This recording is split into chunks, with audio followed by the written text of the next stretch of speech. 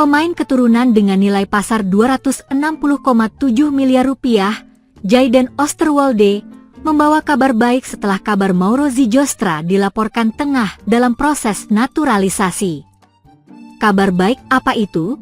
Sebagaimana diketahui, Mauro Zijostra saat ini tengah menjalani proses naturalisasi untuk membela timnas Indonesia. PSSI telah mengonfirmasi jika penyerang muda milik FC Volendam itu tengah berjalan dan tengah diproses di Kementerian Pemuda dan Olahraga, Kemenpora. Kan kita di Kemenpora sekarang. Masih diproses di Kemenpora. Kita harapkan suratnya bisa keluar minggu depan, kata Erick Thohir, dikutip dari Antara.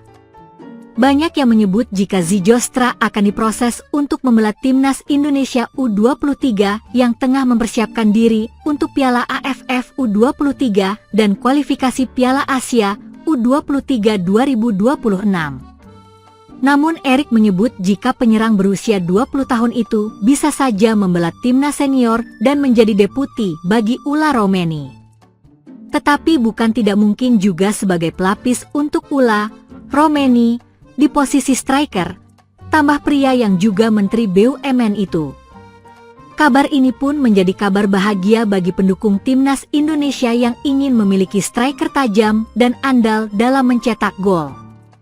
Di tengah kabar mengenai naturalisasi Zijostra ini, pendukung timnas Indonesia juga mendapat kabar bahagia dari pemain keturunan lainnya, Jayden Oosterwolde. Kabar apa itu? Kabar bahagia yang datang dari Jayden Oosterwolde itu adalah soal kontrak baru yang didapatkannya bersama raksasa Turki, Fenerbahce itu. Dilansir dari laman Transferfeed, Fenerbahce sudah memulai pembicaraan kontrak baru dengan pemain keturunan Indonesia itu sejak awal Juli 2025. Kemudian pada tanggal 8 Juli 2025, pemain yang akrab disapa Jayden itu resmi menaikkan kontrak baru yang membuatnya akan bertahan di klub berjuluk The Yellow Canaries itu hingga Juni 2028. Perpanjangan kontrak ini membuat masa depan Jayden di level teratas Eropa makin terjamin. Apalagi dirinya baru saja pulih dari cedera panjang yang memaksanya absen selama kurang lebih 200 hari. Karena akan tetap tampil di level teratas Eropa, Jayden bisa tetap tampil kompetitif yang akan berimbas pada permainannya.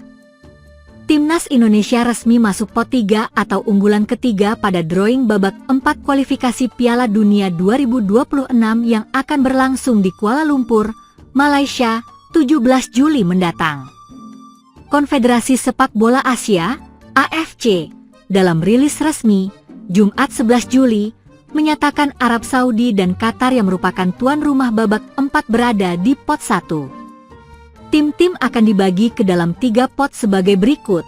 Qatar dan Arab Saudi, sebagai tuan rumah, akan diundi ke dalam grup yang berbeda selama drawing, tulis pihak AFC.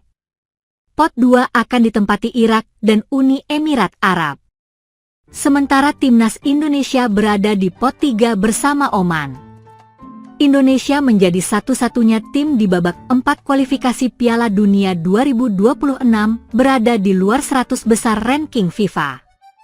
Bahkan timnas Indonesia, ranking FIFA 118, kalah jauh dari Oman yang berada di posisi 79 dunia.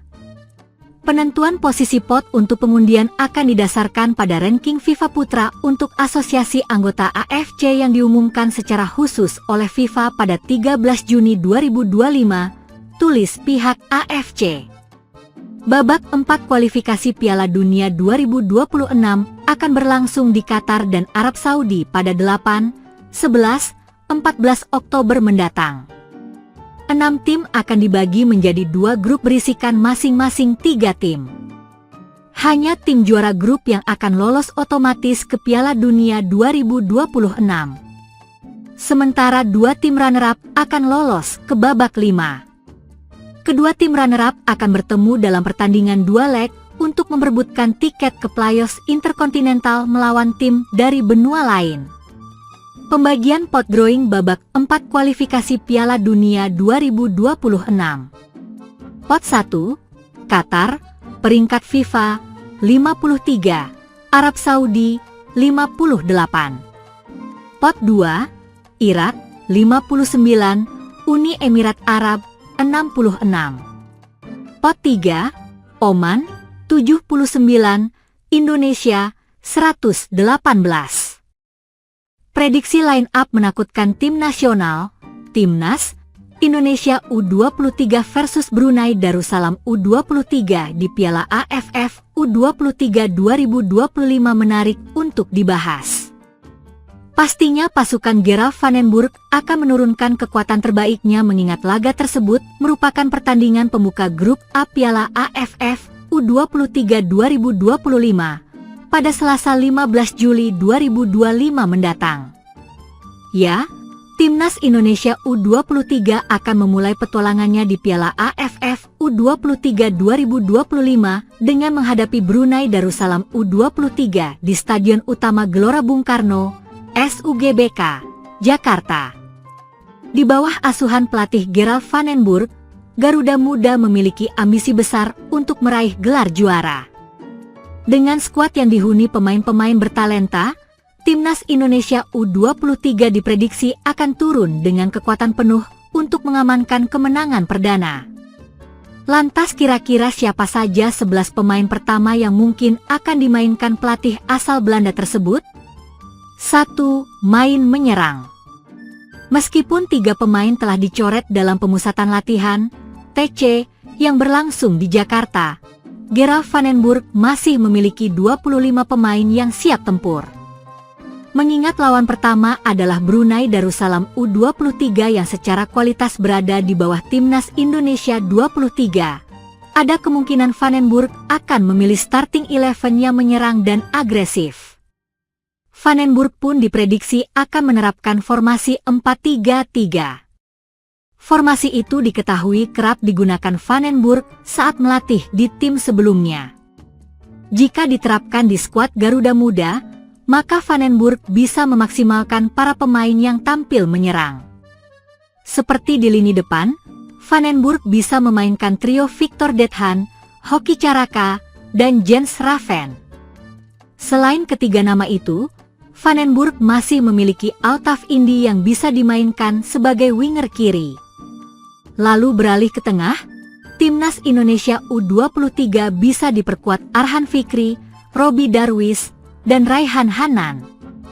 Sementara itu, 4 pemain belakang bisa dipercayakan kepada Kakang Rudianto, Muhammad Ferrari, Kadek Arel Priyatna, Mikael Tata. Opsi lain masih ada Doni Tri Pamungkas yang dikenal sebagai pemain muda serba bisa. Lalu terakhir di posisi penjaga gawang, van den Burg bisa mempercayakannya kepada Cahya Supriyadi. Secara pengalaman, Cahya menjadi salah satu yang terbaik di antara kiper-kiper lain yang tersedia di skuad Garuda Muda. 2. Inilah 11 pemain pertama. Berikut prediksi line up menakutkan Timnas Indonesia U23 versus Brunei Darussalam U23 di Piala AFF U23 2025. Timnas Indonesia 11, 4-3-3 Cahya Supriyadi, Kakang Rudianto, Muhammad Ferrari, Kadek Arel Priyatna, Mikael Tata, Arhan Fikri, Robi Darwis, Raihan Hanan, Victor Dethan, Hoki Caraka, Jens Raven.